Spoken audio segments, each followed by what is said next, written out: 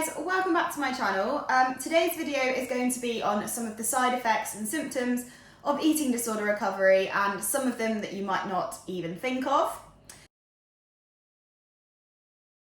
Number one, and I've mentioned this before, is extreme hunger. This is where your body, no matter how much food you give it, just doesn't feel full. Someone asked me actually yesterday and said, have you actually not ever felt full then? And I was like, I actually haven't. So it's actually a very weird journey through the last 8 weeks in that I actually haven't felt full. I've stopped eating because I've had enough, but I've never felt full. And that's one of the things that I really cannot wait to feel once this journey is over, to like eat a big meal and feel like I couldn't keep eating or I couldn't have another snack. Extreme hunger is probably the one that I'd say is the most distressing because it plays against everything that an eating disorder stands for, and you're eating way more than an actual normal human being would as well, and it's really hard to justify that in your head. It's almost like a game of bargaining sometimes still. Number two is brain fog. Now this is one that I have really struggled with, and it's actually really hard because you feel so spaced out, you don't feel like you're here, and it's actually really depressing. So it feels like a big thick fog right across your forehead, and this could also be sort of, you can definitely call it mental hunger. So when people are saying they are mentally hungry in eating disorder recovery, it's often that whole thing, brain fog and thinking of food. And if you're thinking of food all the time, then mentally you are starving, so you need to eat. And this is where it gets quite tricky because that brain fog is horrible, and you can eat and eat and eat, and then before you know it, you're like, I'm really tired now, and then you need to go and lie down. Number three, and this links on to number two, is tiredness and lethargy. Now, this is one that I really struggle with, and I'm finding it quite hard and frustrating when I'm naturally quite a busybody. So, for example, this morning I woke up at 6 and I'm really struggling to sleep at the moment as well, like past like 5:30, but I got up and I had breakfast, and after an hour I was tired, and then at 11 o'clock 10 o'clock I actually went for a nap. Now this is not something that I would have ever done, even with my eating disorder, but my body is just tired.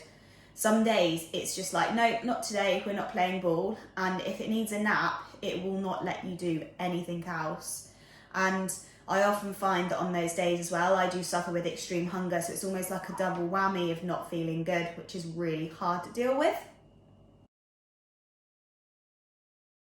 Number four is lack of motivation. Now, obviously where you're tired, you've got brain fog, your motivation to do things is often quite low, and I guess this again links in with that sort of like depression and feeling low. But even the simplest tasks, like maybe like writing a birthday card, can take a lot of time to motivate yourself to do it, which is really hard again, especially being someone who's naturally quite an energetic person.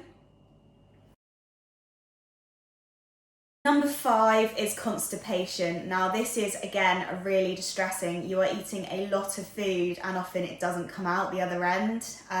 Firstly, I think you've got to kind of take the humour in it that where is all that food going? Like, where is all the waste product going? But yeah, constipation, really uncomfortable.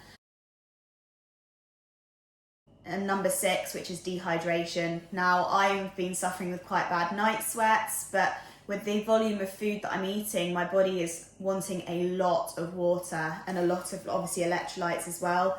Now it does make sense because obviously to store carbs and fats, your body needs water, but I'm finding myself drinking a lot, and it's again one of those things where if you're already kind of feeling a bit bloated and full, then you almost don't want to drink, but you know that you need to, otherwise you start getting headaches.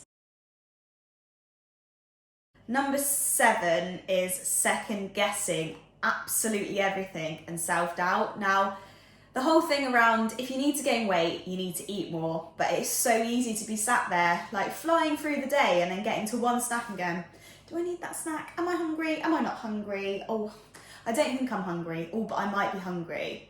That is mental hunger. You just need to eat. But it's often sometimes not as simple as that.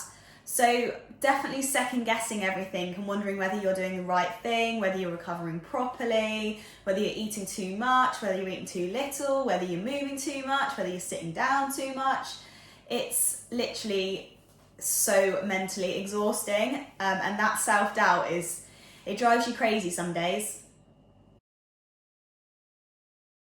Number 9 is frustration. Now, I am incredibly frustrated that my body is almost back where it needs to be, yet I haven't got all of my energy back and I can't go and do all the things that I used to do. And I'm really frustrated because my mind hasn't quite caught up yet, and there's probably still a lot of internal repair going on.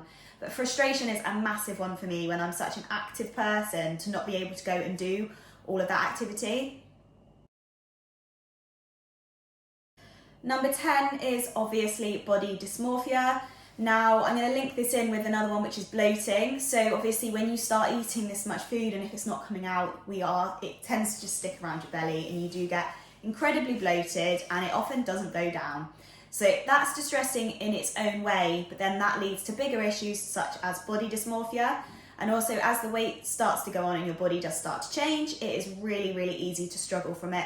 I certainly am now, especially as I've actually put on a fair amount and I'm definitely looking a lot healthier, and I know I am, but some days I wake up and I really do struggle with body dysmorphia and seeing my body in a different way to it actually looks to everybody else.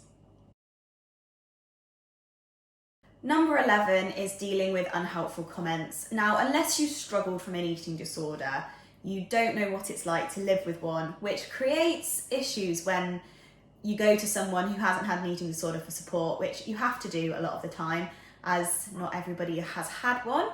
Now, silly comments like, oh, you're looking so healthy, or are you eating, or do you need me to come and help you eat, or why are you eating a burger? That's really unhealthy. These comments might seem like normal comments to normal people, but for people with eating disorders can be incredibly triggering. So dealing with unhelpful comments is really hard, and especially if you're having one of those low tired days. And the final one for me is feeling alone and like you've got nothing to look forward to. Now, when you're recovering, you should be resting and eating, and they should be your two big priorities. So it can often feel like you don't have a lot going on in your life, because you don't. Basically, you don't have a lot going on in your life. So that can get really, really hard, and you can end up feeling really alone and really isolated, especially in my situation where I'm living on my own. Some days it can just feel a bit like me, myself and I, and if I'm having a day when I'm struggling with my body image or I'm struggling with extreme hunger, it can end up making me feel really, really low. Anyway, thank you for watching. If you have any ideas for another video, please leave them below. If you found this video useful, please share it and hit that subscribe button, and I will see you in the next video.